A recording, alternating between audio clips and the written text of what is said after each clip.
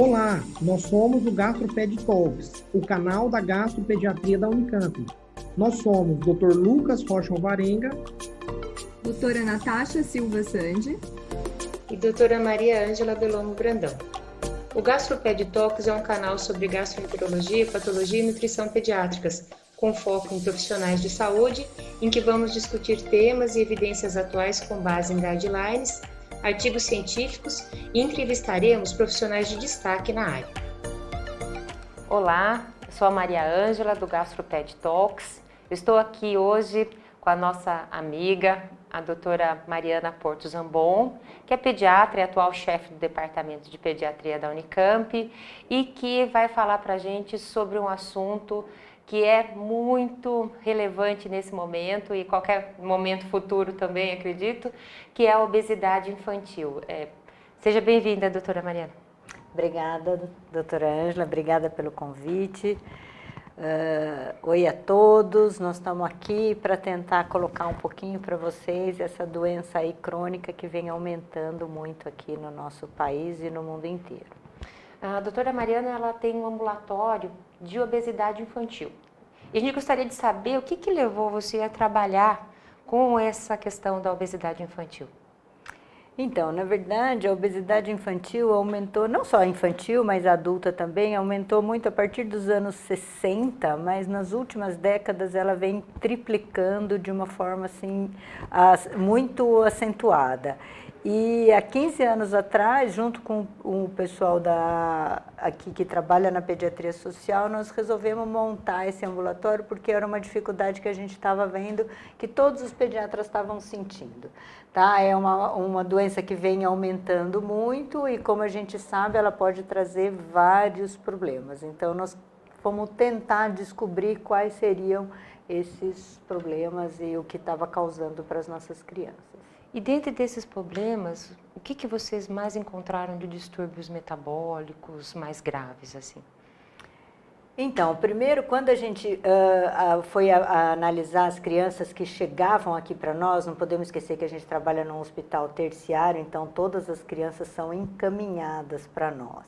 E o que nós descobrimos, primeiro, é que elas chegam muito acima do peso. Elas quando chegam muito acima do peso. E como a gente sabe, a obesidade é uma doença crônica, multifatorial, que leva a períodos de melhora e piora, tá? Então tem épocas que você está gordinho e depois você não está mais gordinho, volta a ser gordinho. Então, só que ela evolui por muito tempo. E ela passa a ser considerada obesidade quando o tecido gorduroso passa a promover alterações, tanto no sistema imunológico, quanto no sistema metabólico, quanto no sistema psicossocial. Então, as crianças, quando chegam aqui para nós, elas já chegam com vários problemas. E a gente não pode esquecer dos problemas psicossociais. Tá? Então, as crianças que têm algum problema, a gente nunca sabe qual veio primeiro, se é o problema psicossocial que trouxe a obesidade ou se é a obesidade que levou à dificuldade psicossocial. Esses são os mais frequentes. E depois nós vamos vendo aí os metabólicos, tá? E dentre os metabólicos, o que a gente mais tem visto é a hipertensão arterial. Então, lembrando que a gente, pediatra, não tem o hábito de medir pressão arterial de criança. A gente acha que é uma doença de adulto, mas, de acordo com a Sociedade Brasileira, a gente deveria medir em todas as crianças a partir de 3 anos, uma vez por ano, desde que não esteja alterada. E se tiver alterada, daí você tem que ir atrás. E nas nossas crianças, o que a gente mais vê é a hipertensão arterial. Então, na prática, a gente vê muito a busca dos problemas metabólicos, das dislipidemias, e os pediatras esquecendo de ver a pressão arterial. Então, o meu recado é: não esqueçam de medir a pressão arterial. Lembrando que a pressão arterial é menor em criança e existem tabelas que você deve colocar para ver e para saber se é pré-hipertensa, hipertensa grau 1 ou 2, tá? E outra coisa que é importante é que o diagnóstico de hipertensão arterial também não pode ser feito com uma medida só. Ela precisa de 3 medidas em dias alternados. Como tudo em criança é um pouquinho diferente do adulto, né? Adulto Pra tem variar. valores... E tem uma curva. E tem uma curva. Para todo de Pra criança, toda da criança tem uma não curva tem para a gente colocar. E falando desses distúrbios metabólicos, né? Entre há uma maior chance de um risco cardiovascular aumentado, não enquanto são crianças, mas quando eles possam ser adultos, jovens, associado à obesidade na infância? Então, com certeza sim, né? Porque o que a gente sabe é que se eles já estão hipertensos, provavelmente esse coração já está sofrendo mais, já está sendo mais sobrecarregado. Outra coisa que eles têm é os distúrbios aí metabólicos de colesterol, triglicérides. É difícil de falar se está alterado ou não, porque na verdade os termos que a gente tem de comparação, eles são de adultos. Então, a gente tem muito pouco estudo de valor de normalidade nesses exames laboratoriais. E o que a gente sabe, o que nós vimos num trabalho grande que nós fizemos aqui, é que você vai aumentando o grau, o IMC da criança, ou o Z-score de IMC, você vai aumentando os níveis de colesterol e triglicérides, não necessariamente chegando ao nível que eles consideram alterados e que indique tratamento, mas com certeza já está maior do que a criança que está considerada eutrófica. Então, isso é um parâmetro que a gente precisa levar em consideração e provavelmente no futuro também. Outra coisa que eles têm é o diabetes, tá? Então, assim, a resistência insulínica é outro fator importante. E isso eu acho que vale a pena a gente deixar mais ou menos claro, porque a gente quer sempre dosar a insulina. A insulina é cara, difícil de ser avaliada, tá? E varia um pouco de laboratório para laboratório. Então, a gente tem dificuldade de interpretação no exame. Outro dado que é significante é que a insulina é maior durante a adolescência. Então, como eles têm um aumento do IGF-1, eles vão crescer, eles precisam de mais insulina. Então, todos eles têm uma resistência insulínica durante a puberdade. Então, durante a puberdade, você pode tem que usar critérios diferentes para o diagnóstico. E outra coisa que é provada na literatura também é que em criança e adolescente, não vale a pena tratar a resistência insulínica, porque ele não impede que você evolua para o diabetes tipo 2.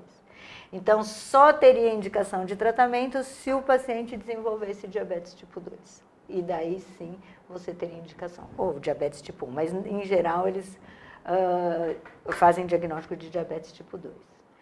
E isso tem, tá? Já no adolescente já tem, tá? Em relação à síndrome metabólica, na infância, os critérios são diferentes dos de adulto? Que essa questão da resistência à insulina tem tudo a ver com a questão da síndrome metabólica também, né? Isso, mas a síndrome metabólica, eu diria que é uma das coisas mais complexas, e mesmo no adulto tem um grupo que acredita nesse diagnóstico de síndrome metabólica e um grupo que não acredita no diagnóstico de síndrome metabólica. Eu, pessoalmente, não gosto muito desse diagnóstico de síndrome metabólica na criança, porque você não trata a síndrome metabólica, você trata aquele fator que te levou alterado. Então, se ele está hipertenso, você vai tratar a hipertensão. Se ele está com colesterol alterado, você vai tratar o colesterol. Não é a síndrome que você vai tratar um ou outro. E a síndrome seria uma associação desses fatores. Então, a presença da resistência à insulina, hipertensão arterial, alteração de dislipidemia, colesterol, triglicérides, que eles precisariam ter. Tem vários critérios de síndrome metabólica, mas o melhor é o do IDF, que é do pessoal que estuda diabetes. E eles partem do princípio que para você ter síndrome metabólica, você precisa ter um distúrbio do metabolismo de glicose. Então, aqueles que são hipertensos e dislipidêmicos não entram no diagnóstico de síndrome metabólica. Mas se você pegar um de 10 anos com uma hipertensão importante, secundária à obesidade, um colesterol alto, com certeza ele vai ter um risco vascular. E ele não fez o diagnóstico de síndrome metabólica. Então, eu não ficaria preso nesse diagnóstico de síndrome metabólica, mas sim buscar as complicações. Entendi. Tá? E daí tem a outra que é importante, que é a doença metabólica do fígado, a doença alcoólica, hepática não alcoólica. Doença gordurosa hepática não alcoólica. Doença gordurosa hepática não alcoólica. Já mudou de nome várias vezes, então eu também preciso sempre ter uma colinha para falar o nome dela, porque é um pouco difícil. Tá, e Ela tem alguns critérios que usam ela também para fazer diagnóstico de síndrome metabólica, mas isso não está fixo. E outro fator que eu acho importante é para dizer para vocês que até 10 anos não dá para fazer diagnóstico de síndrome metabólica. Isso é ponto, por causa dessa alteração e dos valores de normalidade para a faixa etária, que seriam os mesmos do adulto. Então, nenhum entra como diagnóstico de síndrome metabólica. Mas o fato dele estar muito acima do peso já nessa faixa etária, que ele tem um pai que teve infarto precoce, que ele tem uma mãe hipertensa, que ele tem um pai dislipidêmico, com certeza ele vai ter uma alteração. Então, às vezes, o antecedente familiar para essa criança é mais importante do que, na verdade, o que ele está tendo no momento. Nós tivemos uma menina de 15 anos que o pai tinha 27 e já tinha infartado 8 vezes. Então, assim, com certeza ela ia evoluir para alguma coisa. Aí ela desenvolveu hipertensão arterial bem precoce também. Os critérios eles têm que ser muito individualizados, né? Exatamente. Dentro do contexto, né? Tem que ser um para um. E tem gente que não acredita, que acha que isso não é uma síndrome. Então, ele é bem discutido o conceito de síndrome metabólica. Alguns discutem já em adulto, mas na pediatria ele é muito mais discutido. Não é para ficar preocupado em fazer. Tem que procurar o que a criança está tendo para poder tratar de acordo com a necessidade. E no caso da doença hepática gordurosa não alcoólica, você tem visto assim com alguma frequência ou você acha assim que precisa ser casos extremos ou uma obesidade de longo prazo? Qual que é a sua impressão assim nesse sentido? Porque a questão é bastante ainda controversa, né? Até os métodos diagnósticos são controversos, mas como tem sido assim na sua prática? Então, essa história de tempo de obesidade é uma coisa interessante, tá? Tem muita gente já tentando estudar o tempo, que nem fala tempo de fumo, tempo de cigarro, tentando fazer a mesma relação com o tempo de obesidade. Mas não tem nada fixo de que o tempo é. Mas a gente pode imaginar que sim. Se uma obesidade começou com 2, aos 12 ele tem muito mais gravidade do que alguém. E provavelmente o IMC, o score Z, é muito mais significante. Então, eu acho que isso é um parâmetro interessante. Aqui, o que a gente tem feito, como nós trabalhamos no hospital escola, aí a gente consegue fazer para os nossos pacientes quase todos a dosagem das transaminases, do AST-ALT, tá? E a gente tem, eu acho que uns 20, 30% de alterados já, mas no limite ali, não muito importante. E desses, alguns a gente consegue avaliar o ultrassom de abdômen para ver se tem. E às vezes bate e às vezes não bate. E então, porque você pode ter a doença alcoólica antes, né? Sem alteração das transaminases. Mas isso a gente não tem perna para fazer o ultrassom abdominal para todos. E, na verdade, esse que está em estágio inicial, sem a esteatohepatítica, qual o seu tratamento? Fazer ele perder peso. É o mesmo. Então, fazer perder peso é para todas as outras. Então, a gente acaba não buscando muito. Isso aí é discutido porque alguns acham que você deve explorar todas as alterações, porque isso pode dar um impacto, os pais ficarem preocupados e melhorar o tratamento. Não é bem isso que a gente vê, tá? Nós temos uma menina que impactou bastante, uma menina com IMC muito grande, de 56, mas o que impactou, ela tinha hipertensão, dislipidemia, acho que ela tinha uma esteatose leve, mas o que impactou a ela começar a perder peso foi um pseudotumor cerebral.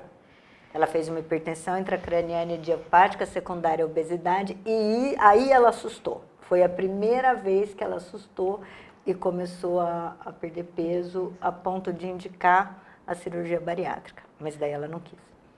E aí entra naquela questão, né? Às vezes a pessoa fala assim, não, ele é só gordinho, né? E às vezes não detecta realmente quando é sobrepeso, quando é obesidade. Quais seriam os parâmetros? Porque às vezes a pessoa nem se acha assim tão fora, tão de risco, né?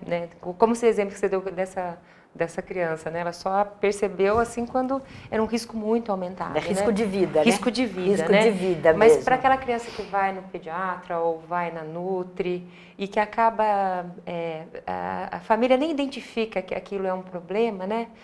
Qual seria o melhor parâmetro para a gente classificar esse paciente sobrepeso e obesidade? Então, essa pergunta é super boa, porque, na verdade, o que a gente acredita hoje é que nós perdemos o parâmetro clínico. As pesquisas, quando você pergunta para a criança ou para a mãe da criança se ela se acha gordinha ou se ela se acha normal, todas se subestimam, tá? O adolescente também, tá? Então é uma coisa interessante. E o menino, às vezes, o contrário, ele quer porque ele precisa ficar musculoso. Então ele se enxerga de uma forma diferente do que o critério, teoricamente, utiliza. Então isso é uma coisa importante. E é importante ver o familiar. Porque se a família toda é gordinha, se tiver um magrinho, eles ficam totalmente preocupados por causa de desnutrição. E vice-versa, né? Daí a coisa é importante. Mas isso é uma certeza. Como nós temos perto de 40% das crianças com excesso de peso, vou dizer para você que nós perdemos o parâmetro. E muitos ainda acham o gordinho mais bonitinho, mais saudável, e não é bem isso. E às vezes eu atendo uns no consultório que eles são normais, queixando que eles estão magrinhos. E daí você pesa, mede, faz o IMC, coloca eles na curva e eles estão no percentil 50. E eu brinco com eles, você está normal, eles é que estão gordinhos. Porque a gente acha hoje que a criança normal está desnutrida. E eu brinco que a curva de IMC, eu não sei se vocês conhecem, mas ela baixa, os 2 anos ela é mais alta, daí ela vai caindo e ela é mais baixa com 6, 7 anos. Então, nessa idade, não pode ter barriga, tá, criançada? Não pode ter barriga. Tem barriga, tem excesso de peso. Entendi. E que às vezes não é nem detectado nem pela família, nem pelo pediatra, passa meio que batido. Passa né? batido, porque como todo mundo tá dentro, e eles crescem também, quando você ganha mais peso, o organismo tem um sistema de defesa, que é crescer. Então, eles são mais altos e daí você fala, não, mas ele está tão grande, mas ele está grande porque ele está gordinho, ele está saindo. E isso, alguns acreditam que ele puxe a puberdade e pode até ser que ele tenha uma altura final menor. No resultado final. No resultado final, lá aos 18 anos, ele pode ser que ele tenha uma altura final menor. Mas isso ainda está aí em estudos. Mas que ele adianta a puberdade, isso já é certeza. Então, as meninas que já têm um familiar propenso para ter uma menarca precoce, associado a estar fora do peso, com IMC muito elevado, a mama aparece precocemente e todos esses. Quer dizer, uma conjunção de fatores que vai fazer com que a puberdade a menarca mais para frente. Entendi. E outra coisa que o tecido falando aí em mama, os meninos, o tecido gorduroso acaba produzindo mais estrógeno e a presença de ginecomastia nos meninos é enorme e isso traz um problema para eles, assim, muito desagradável e é triste de ver, tá? E tem tecido mamário junto com o tecido gorduroso também. Mas é muito eu acho que deve ser muito difícil mesmo, porque a questão do bullying deve daí aumenta deve potencializar muito essa questão do bullying. Já deve sofrer bullying porque é gordinho. Exatamente. Gordinho, amenizando, esses que eu tô falando são gordinhos de verdade, tá, gente? Esses daí sofrem bullying, melhor dizendo, porque são obesos. E além disso acaba desenvolvendo ginecomastia, quer dizer, realmente uma situação bem complicada, né? Só para colocar uma coisa aqui interessante que eu acho para falar, é que a gente não deve falar essa criança é obesa. Ela está com obesidade, porque isso pode melhorar e ela deixar de ser obesa. Então, às vezes, é uma nomenclatura boa para a gente usar com eles também. Até para a gente se policiar para falar, exatamente. Né? Está, e não é uma condição transitória. Exatamente, que ela é uma doença que vai e vem. Tá certo. Você tem visto paciente assim, porque tomando por base o que a gente já sabe de adulto, né, que tem maior frequência de doença do refluxo e constipação, você tem observado isso também nas crianças? Então, do ponto de vista aí gástrico, né, o refluxo não muito importante, a não ser que porque como eles estão gordinhos, eles comem mais do que eles deveriam, né? Então, assim, quando eles fazem grandes refeições e vão dormir, daí a gente acaba vendo, mas eles já percebem que isso acontece. Mas não é um dos grandes problemas que a gente tem. Mas a constipação intestinal, sim, porque eles comem muito e comem errado, né? Então, a gente sabe que eles ingerem uma quantidade aí muito maior de produtos ultraprocessados, e que daí eles acabam piorando. Então, muito carboidrato, pobre em fibra, muita gordura, muito refrigerante. Tem trabalho dizendo que se você conseguir tirar só a bebida açucarada das crianças, você perde peso. Então, assim, os americanos radicais falam que a gente tem que tomar água e leite de vez em quando, mais nada. Mas eles são radicais, tá? E a gente não pode fugir dessa questão da pandemia que a gente está vivendo, né? E aí a gente tem uma tríade especialmente perigosa, que é a pandemia, a obesidade e o sedentarismo, né? Eu já vi pessoas que falaram que melhorou a forma de comer porque não come mais fora. Mas, ao mesmo tempo, já vi muita gente falando que as crianças estão engordando porque estão com muito menos atividade física e, às vezes, ficam em casa e comem mais errado do que se fossem para a escola, tivessem as refeições. O que você espera, assim, desse contexto? Porque a gente não sabe o que vai acontecer. Como tudo do Covid, a gente está aprendendo com ele, né? Exatamente. Mas você espera o que dessa situação?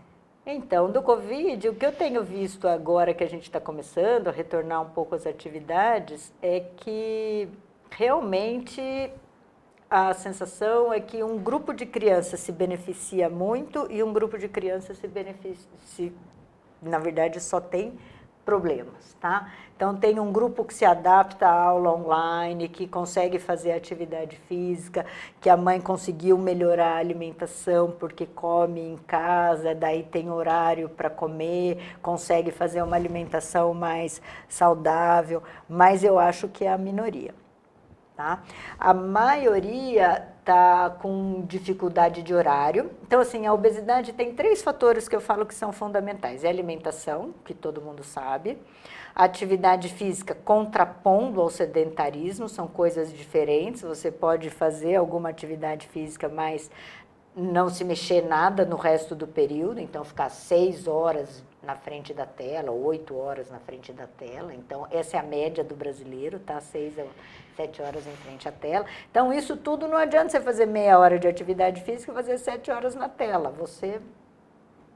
E o sono, que é outra coisa que eles falam que também influencia muito no ciclo circadiano, no metabolismo, tá? Então, assim, as recomendações, assim, vamos falar para adolescente, é alimentação, que a gente sabe, frutas, verduras, diminuir os processados, bem de uma forma rápida. Atividade física, no mínimo, para todos, tá? Quem tiver eutrófico, obeso, sobrepeso, 300 minutos por semana, tá? Que não é pouco. Hora tela, menos de 2 horas dia. E sono aí entre 7 a 11 horas por dia, dependendo um pouco da faixa etária. E, teoricamente, dormir a hora que escurece, né? E acordar a hora que clareia. Isso tudo influencia para o obeso, tá? Porque quando você está acordado à noite, você não tem o que fazer, você come.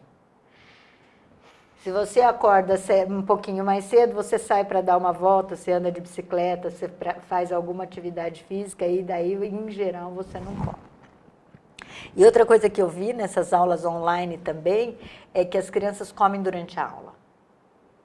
Então, elas já acordam mais tarde, então elas vão para a aula já com o lanchinho e a hora que acaba eles ficam com o lanchinho ali. Então, perdeu o ritmo que também é importante para eles. Então, eu acho que a pandemia não vai trazer bons resultados para nós mesmos. E dentro dessa questão da pandemia, o hábito alimentar, voltar para a escola seria uma vantagem, vamos dizer assim, para uma boa parte ou para a maior parte das crianças, então, inclusive dessas que lutam com a obesidade. Para a obesidade em si, eu não sei se vocês têm o costume de tratar com obesidade, sempre a mãe faz, quem está na consulta faz perfeito, é sempre o problema de quem não está. Eu faço tudo certinho, é o pai que dá, eu faço tudo certinho, isso é coisa da escola.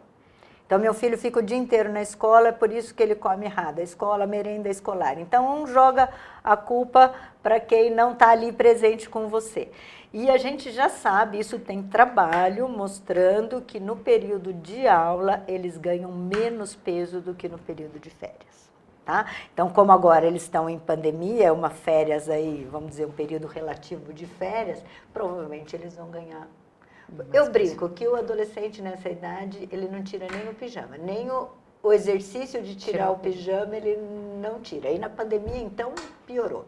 Ele vai ficar deitado no sofá, do sofá para cá, para lá, para a sala de TV, não vai sair. Então, ele gasto de energia dele é zero. Nem senta, né? Que é tudo deitado. É uma coisa impressionante. Então, eu acho que nós vamos ver uma piora baseada na atividade física mesmo. Dentro do acompanhamento que você faz com as crianças obesas, teria alguma receita para fazer esse acompanhamento? Por exemplo, o que você acha que realmente é mais determinante? A adesão, a questão psicossocial, de você ter bastante apoio dos outros familiares, ou mesmo se a pessoa tem uma dieta que não está muito equilibrada, equilibrar essa dieta, o conhecimento sobre isso, o que você acha que mais influencia para que isso tenha uma boa evolução? Então, quando a gente trabalha com criança, quanto menor em criança, primeiro o pai e a própria criança precisam entender que a obesidade é uma doença e que vai trazer problema. A partir do momento que eles captam essa ideia, melhora muito. E é muito interessante que às vezes você fica um ano falando e eles não se preocupam, não mudam nada. E de repente eles cai a ficha que a gente não sabe de onde é. Não sabe nem se foi a gente que conseguiu convencer ou se foi outra pessoa, mas de uma hora para outra eles percebem que eles precisam. E daí, quando eles aderem a uma mudança de hábito de vida, que a gente sabe que é isso, que é o difícil, agora que adere um, adere o outro e adere outro. Mas outra coisa que a gente sabe também, quanto menor a criança, mais importante é o exemplo dos pais, né? O pai come o bolo de chocolate e dá uma mexerica para a criança. Não tem como jeito, funcionar, né? Não tem jeito. Então, assim, e para atividade física também, né? O exemplo, se vai brincar que eu estou aqui no videogame. Não vai acontecer. Então, os pais são importantes e esperar chegar o time da criança, a hora que ela vai te acreditar. E tem uma coisa, tem uns que sim, tem outros que não. Gente, tratar a obesidade é jogar na loteria, tá? Chance zero, tá? Aqui e no mundo inteiro, tá? Os nossos números são parecidos com os números americanos. A gente melhora muito, muito, muito pouco. Lembrando para vocês que a gente só trabalha com os grandes obesos. As melhores respostas são nas crianças menores e a hora que você muda o padrão dela, que ela passa de eutrófico para sobrepeso ou de sobrepeso para obeso, precocemente você tenta trazer ele de volta. Se você pegar essa mudança na curva, você consegue tratar. E às vezes antes de chegar na obesidade, se ele vinha no percentil 50, de repente ele entra no 75, traz ele para o 50 de novo, senão ele vai. E a hora que ele chega acima do 97, do 95, não traz ele de volta, tá? Não traz ele de volta. Não tem medicação. As medicações são super discutidas na literatura, mas nenhuma está indicada. E a cirurgia bariátrica pula o padrão, porque daí você só pode fazer naqueles que têm critérios de maior gravidade. Então, eles precisam estar obesos ou extremos, precisam ter alteração metabólica e daí você consegue uma perda aí de 30%, entre 20% e 30% de IMC. Só que isso para eles não traz no padrão do normal. Eles continuam obesos. Então nem a cirurgia bariátrica, que é o único que tem na literatura uma perda importante, traz ele para dentro da eutrofia. Isso é muito angustiante para nós. E se for trabalhar com esse obeso grave, fique contente. Se ele não amarrava o sapato, ele passe a amarrar o sapato, tá? Esse é um ponto positivo. Ele mudou alguma coisa a ponto... Se você fixar peso e IMC, vai desistir logo de cara, porque eles não chegam lá. Então, você está dizendo assim, tratar nesse ponto de obesidade, que já são a maioria dos casos que vêm para um hospital de referência, é bem complicado e que realmente o foco tem que estar ali na prevenção. Você diria que a obesidade é uma doença prevenível, assim? Olha, é o meu sonho. É o meu sonho que ela seja prevenível, porque depois a gente não resolve. Então, assim, eu acho que para pediatras, o importante é usar as curvas de crescimento e a criança tem que manter o padrão dela. Gente, se ela nasceu no percentil 75 ou 85 e ela mantém o 85, esse é o percentil dela, deixe ela lá, não precisa mudar. Mas se ela nasceu, ela estava no 50, passou para o 75 para o 80, ela tem que voltar para o 50, ela está fora do dela. Então, essa pequena mudança que eu acho que é importante.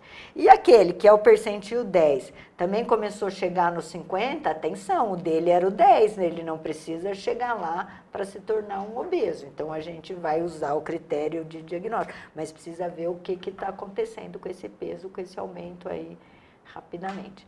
E se a gente não prevenir, tratar, eu acho que nós não vamos. Então, temos que tratar. E daí, leite materno, todo mundo fala, transição dos alimentos, introdução adequada dos alimentos, mas isso tipo, fazer o que tem que fazer, né? E deixar a criança brincar, né? Os bons hábitos, né? E deixar brincar. Ninguém mais deixa a criança brincar, você concorda? Porque machuca, porque cai, porque... E a verdade é que na pandemia... mesmo sair, encontrar outras crianças, isso dificultou muito, né? A gente nem pode recomendar isso. E será que nesse ponto, aqueles aplicativos que falam de alimentação, porque o pessoal ficou tanto na tela que talvez usando os aplicativos de alimentação e de exercício, isso poderia auxiliar, assim, principalmente então, nesse momento que é um momento bastante peculiar? O que os trabalhos falam é que adulto sim, adolescente é melhor e quando vai chegando na criança eles são um pouquinho mais difíceis de terem resultados. Basicamente, na minha opinião, é porque o aplicativo ainda não está adequado para a criança.